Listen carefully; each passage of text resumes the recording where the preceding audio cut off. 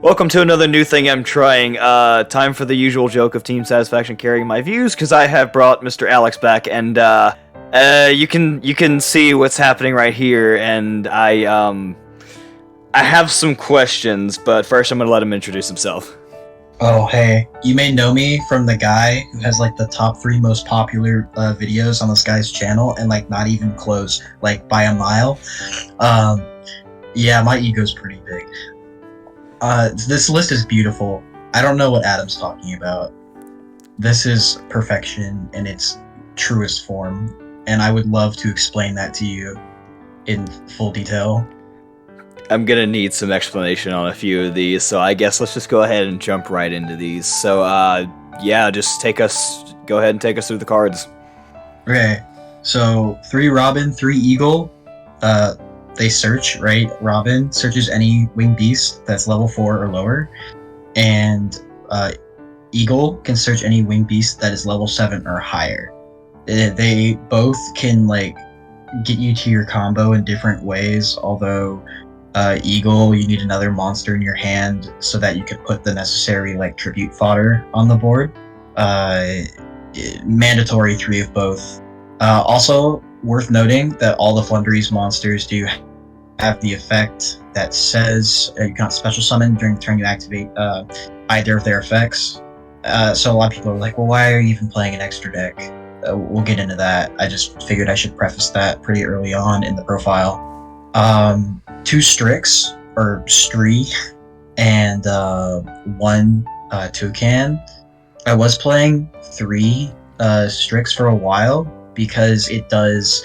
So, like, if you Prosperity and you grab, like, D-Shifter off of it, if you have Strix in your hand, you can still make your D-Shifter live, because when you normal summon the Strix, you can banish the Prosperity from your graveyard. So you won't have any cards, and then you can chain the D-Shifter, which is pretty good. You don't care about D-Shifter because all your monsters banish when they leave anyways, and then they all add themselves back. So it's just free real estate, and it's also like the highest impact hand trap, like going second, in going first. It's just very versatile. Wins games for no reason. Then the Toucan is necessary for just like infinite advantage, because you can, if you're smart about it, you can just loop all of your resources infinitely with Strix and Toucan, and you can keep adding back your City of Dreams. Not your City of Dreams, Dreamy Town or whatever it's called, the little one-of trap down there at the bottom, because you'd banish it for its own effect in the grave, or you'd banish it off of Strix, and then you just add it back off of Toucan, and now you have it every single turn. So that's worth noting. I don't think you should play more than one Toucan. You could like make an argument for like 3 Strix if you want to cut like a barrier statue or something, or like the continuous spell, but I like this ratio. I see my monsters enough. It's pretty good. 1 M-Pen. This is undoubtedly the correct ratio. I think if you play 2 M-Pen, you're coping. You can recycle him infinitely as well, because he is a Floowandereeze card, so you can banish him and then with the map and add it back from your banish pile with Toucan. Notably, he does not have the effect to add himself back when he's banished, but Toucan will take care of that.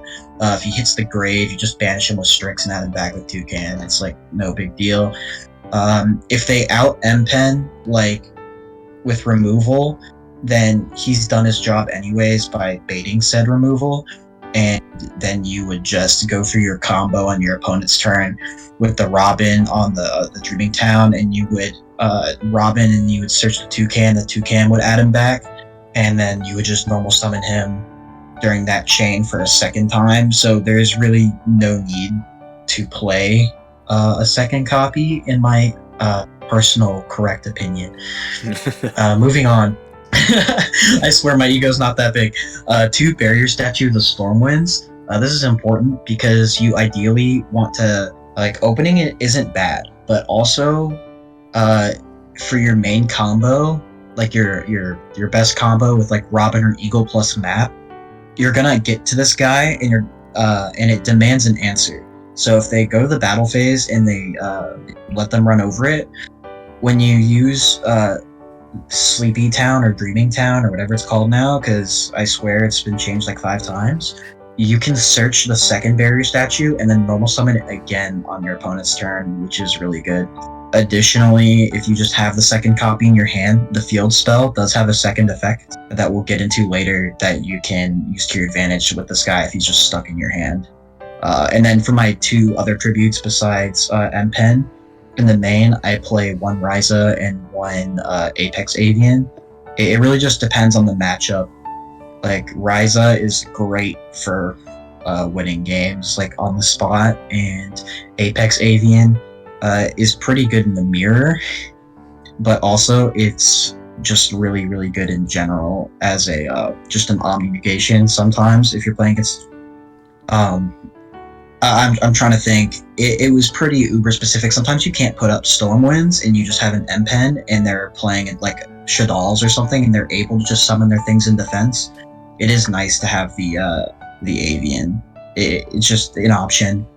Hand traps, 3 Ash, 3 D-Shifter. Like I talked about, D-Shifter is insane.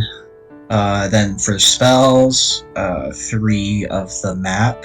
The map is crazy because it lets you reveal a Floowandereeze in your hand, and then you can banish any Floowandereeze card with a different name from your deck. So you can banish the trap, you could banish any of the monsters that isn't the one you reveal.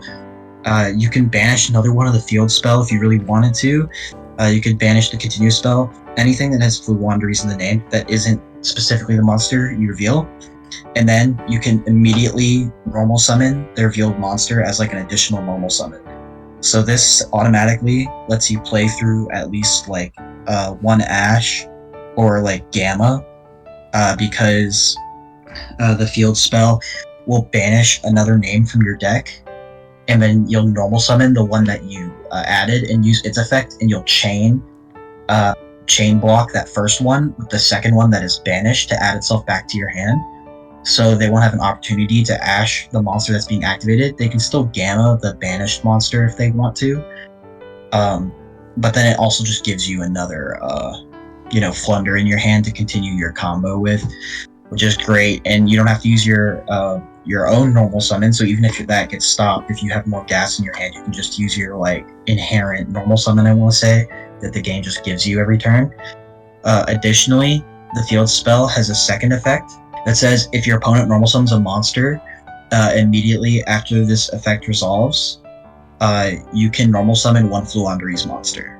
So if you just have the Windberry statue chilling in your hand, and you have like another Floowandereeze monster, you can, which you will, if you do like the regular combo, you will always have like an extra one in hand and an extra one banished. Like that's how you make sure that you keep the chain blocking loop going. Whenever they normal summon, which most decks will eventually have to, right? You can just normal summon the Flunder and then, or the Floowandereeze or whatever, use the effect, and then you can additional normal summon the statue, and that's just pretty great. Assuming you couldn't put up the statue on your own turn for whatever reason. Then we got the continuous spell. The continuous spell is like okay. It lets you conduct tribute summons that require 2 tributes by sending 1 monster you control and 1 card your opponent controls to the graveyard instead of tributing, but it is still treated as a tribute summon. What's interesting here is that the Mega Ryza will actually not trigger its additional effect if you tributed a wind, because specifically Unexplored Winds sends cards to the graveyard. It treats it as a tribute summon, but the monsters that were sent to the graveyard were not tributed, and therefore Ryza does not count the wind monster that you send as a tributing a wind monster.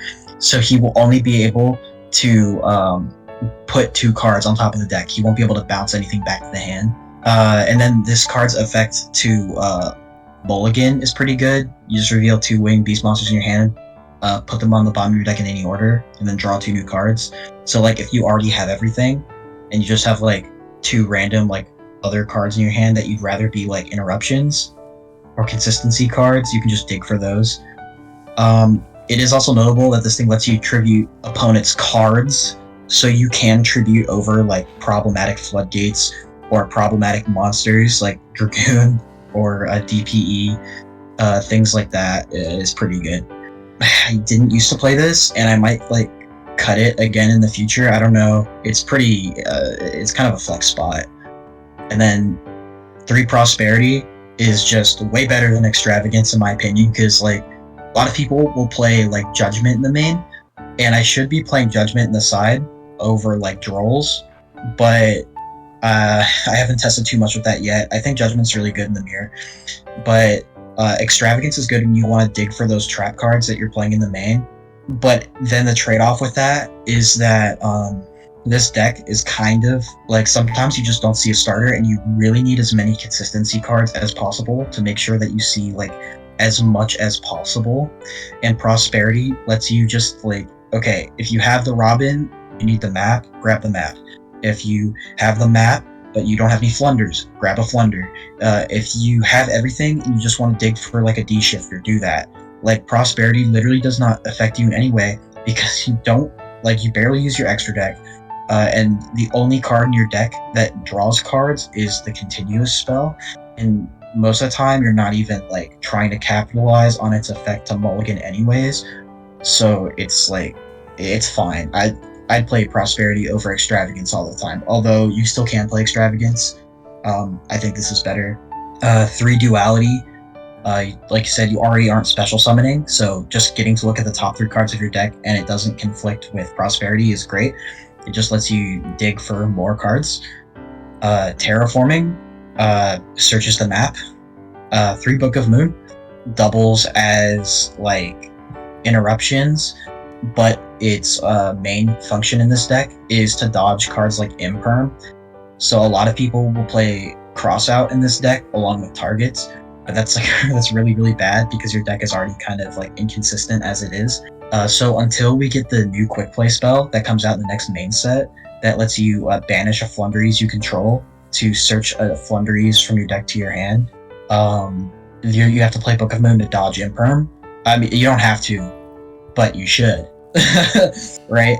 1 Called by the Grave. I mean, the sack. Come on, card's crazy. Gold Sark.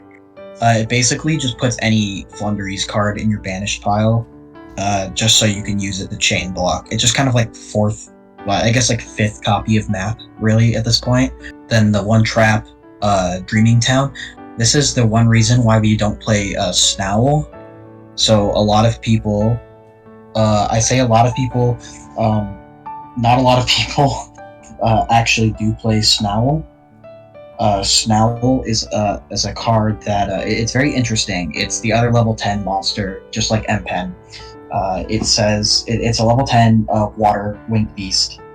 And it says once per turn, while you control this tribute summon card, you can conduct up to 3 normal summons or sets this turn, not just 1. While this tribute summon card is in the main monster zone, if your opponent attacks a defense position monster, inflict piercing battle damage to your opponent. And then once per opponent's turn, quick effect, you can banish 1 card from your hand to change all special summon monsters your opponent controls to face down defense. So Snowl is kind of funny. A lot of people wanted to specifically play him for the Book of Moon effect, but Dreaming Town has the same exact effect, except for it flips all monsters your opponent controls to face down defense position, not just your opponent's. So it's like True Draco Apocalypse. So like on your opponent's turn, you can just normal summon a level 4 lower winged beast monster, but then it has the additional effect of while it's in the graveyard, you can, if you tribute summon a level 7 or higher monster, you can banish this card to change all monsters your opponent controls to face down defense position. So you just book your opponent's entire board after end-penning them on their opponent's turn, or Apex Avian. It's really strong, and you just get it back with Toucan later. So yeah, pretty poggers. And then 3 Impermanence, because Imperm negates Tri-Brigade cards, and that's still a thing that I have to live with, apparently. It also does... Imperm is really good against the Sword Soul deck, because you can Imperm their normal summon, so they can't get that token. And if they're not playing the 10Es, or if they just didn't see 10Es, or if they, yada yada yada, it stops them from getting tuner access, because the tokens are tuners, not the actual effect monsters themselves. Very strong card. Could be Judgment. Might change it to Judgment, but it's also something you can activate going second. It's a good going second card. That's it for the main deck. As for the side deck, triple Lancia. Lancia is really strong. it kind of affects Tenyi builds of Sword Soul, but it's also really good against Tri-Brigades, Invoked that's still running around. Droll and Lockbirds could be Judgments, just good for Drytron matchup, but I'm not too scared of that. Token Collectors for the Sword Soul matchup. What's really interesting about this, so first of all, it's good going second against Sword Soul because you can special summon it from your hand or the graveyard. But I would even side this in going first against Sword Souls. And a lot of people wonder like why you do that, because you can't special summon the turn you activate any of their effects, and you're going to use like Sleepy Town, right? Well, the whole point is that if you draw it, M-Pen normal summons any level 4 or lower monster. Not just like, I don't even think M-Pen, I've never actually tried to use M-Pen's effect to additionally tribute summon a monster. Just checking if you can do that really quick. Yeah, no, you can actually just normal summon any monster with M-Pen. So the whole point is that you M-Pen normal summon Token Collector, and Token Collector's effect its continuous effect applies to make it so that tokens cannot be special summoned. So that's really good. It's basically just like better wind barrier statue against Sword Souls. 3 copies of Dark Ruler No More for breaking boards. Triple Twin Twister, just because, I'm kind of scared of Solemn Judgment. And then my favorite card in this deck. I have questions about this, and I'm going to need a thorough explanation on this one card. Okay, I'm going to read it to you, okay? There can only be one Earthbound Immortal monster on the field.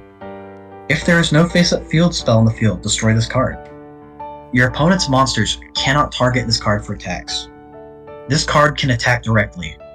If this card is normal summoned, target 1 to 3 cards you control, but not more than your opponent has in their hand.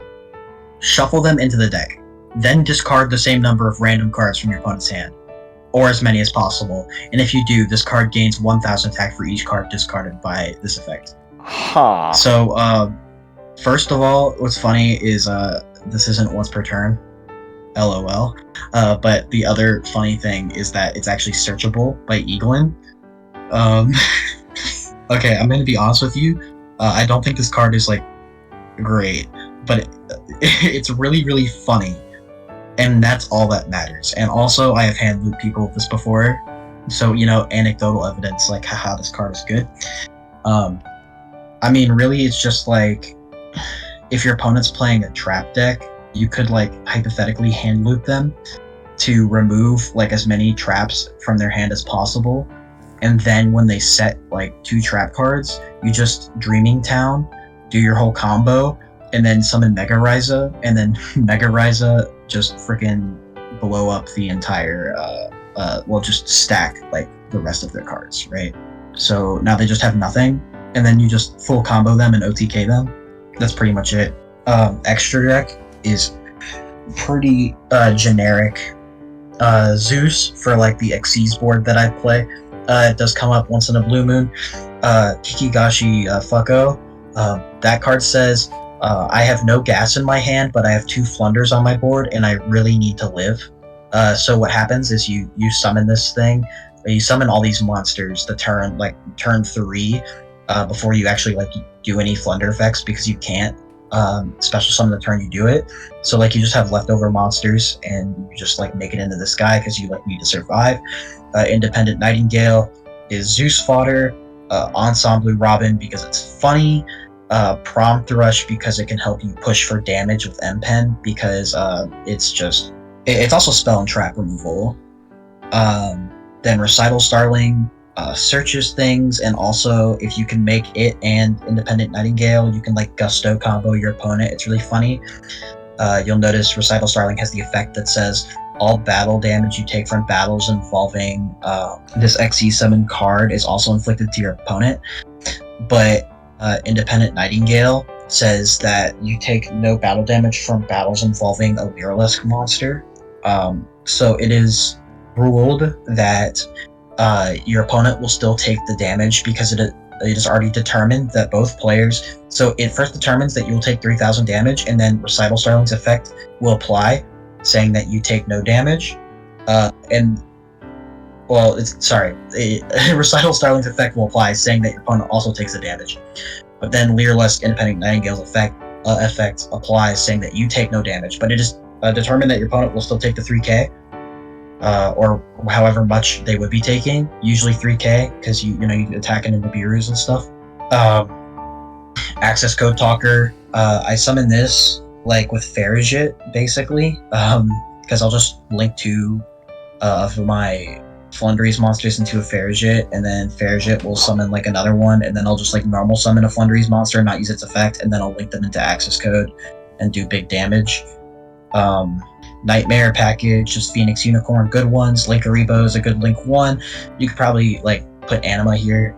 The Samorga link is just like insane. I've never summoned it one time, but you could like hypothetically summon M-Pen from your deck if there was no spell and trap zones used.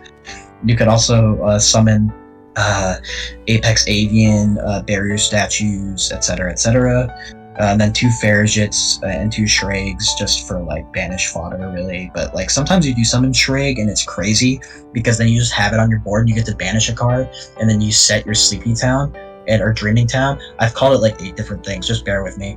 And then on your opponent's turn, when they start doing their combo, and then you flip up Dreaming Town and like you do your combo and stuff like that, and it's really funny because then what you get to do is when you spin away their things with Mega Ryza and you bounce back to your hand, and then turn 4 you do your combo, you get to banish another card, and then you have a 4 material monster for access code that searches follow up when it leaves the field. That's pretty much it. Yeah, that's a deck. So one of the main questions I have is I see a lot of Flunder players not main decking the Avian or even the Ryza a lot of times. What made you want to do both? People aren't main decking Ryza. Where are they? Very, very few lists, but I mean, if you're not playing Ryza in this, then I think there's something wrong with you. But the Apex Avian, I see about 50-50 main deck and side deck. So you just decided to main deck it? Yeah, it's because people who don't play in the main deck play like second M-Pen, and I've already stated that I think that is a trash opinion and that it is coping on the highest level. But Avian is just like an Omni negate for any situation. Like sometimes, like you don't actually have any like hard negates like in your combo, right? M-Pen is just a floodgate, and then a barrier statue is a floodgate. So basically your opponent has to play through 2 floodgates plus all your follow-up and interruptions on their turn, which is what makes this deck so good, because you literally just you don't have to play very much, and you set up like this just really, really interesting board that can only be outed like a few different ways. Like Droplets Dark Ruler obviously does it, but then you still have the Dreaming Town to do it. So in order to out your board, they'd have to waste 2 cards out of their hand. Well, if they want to Droplet you, they would have to use Droplet plus 2 cards. So they would be starting with 3 cards, and then they'd have to have some form of spell and trap removal. Oh, well, that's slightly awkward. Slight intermission. Okay, so we're back. Hi, welcome back. Slight intermission over with. Yeah. Continue. So, if they're gonna have to waste like multiple cards out of their hand to like stop everything, and then they have to kill you with that, and that's easier said than done. You know what I'm saying? So, I mean, Dark Ruler outs your board too, but then Dreaming Town is just what makes this deck, because they out your M-Pen and your barrier statue. Cool. What do? Now you just do your whole combo, search a Ryza, summon another barrier statue, and you just go play. Like, good luck, have fun. So what you're saying is you don't like spell and trap removal? Spell and trap removal is annoying, but you can just chain the Dreaming Town to it. And it doesn't matter if it's Cosmic Cyclone, because you'll just get back the Dreaming Town anyways. Oh, I would argue Cosmic isn't the greatest against this, because you're just like, cool, do it again. But yeah, Avian, Omni Negate, very great, very, very good card, and it goes back to your hand, so you can just keep summoning it right? It's like the same logic as Ryza, because Ryza can put itself back in the hand with its effect to target an additional card on the field to send back to the hand when you tribute a wind monster. Avian is like the same philosophy. It can bounce itself back to the hand when it omni negates. Pretty good. It says once per chain, not once per turn. Very important to note. Yeah. Shout out if you remember the infinite negate combo with Thunderbird. It is actually possible. Look up Mist Valley Thunderbird real quick. Oh, me? Yeah. Okay, slight intermission Yeah, again. Welcome back, we found it. It is possible. You can't search this. But if you were to say open it, you could summon it off of M-Pen, right? And then on your opponent's turn, when you summon Apex Avian, you have infinite negates. Huh. Read Thunderbird. It says when this face-up card on the field returns to the hand, special summon it. This card cannot attack during turn. It was special summoned by this effect. Apex Avian is not once per turn, it is once per chain, and it can bounce any Mist Valley card to the hand. So we're just getting into like really like bad tech choices at this point, but this is just like concept. So if like someone finds a way to break this, I want the credit. But you can hypothetically speaking have infinite negates in this deck. I'm not saying do this because it is a thunder monster. It is not searchable, but it would be really funny. So Saki 3 of. Yeah. I mean, imagine breaking on Mist Valley Thunderbird. God. You mentioned putting in some judgments either in the main or the side, like with the imperms or the drolls. Is there anything else you would change, or is that your main concern? My main concern is that there's like a really deep part of me that really wants to play Snowl, not because it's good, but because it's funny and because I like the way it looks. It gives you 3 normal summons. Yeah, it just gives you 3 extra normal summons or set. Like I don't know why it does that. It's so funny. I don't even know how you could use all of them. Like, I mean, if you can find a way to break a Thunderbird. I mean, like, I don't know. It is also just like quick effect in Book of Moon, but the annoying thing about that is that it is only special summon monsters. So, yep, you cannot flip the Alistair face down. That makes me sad. LOL. But yeah, this is the list we got.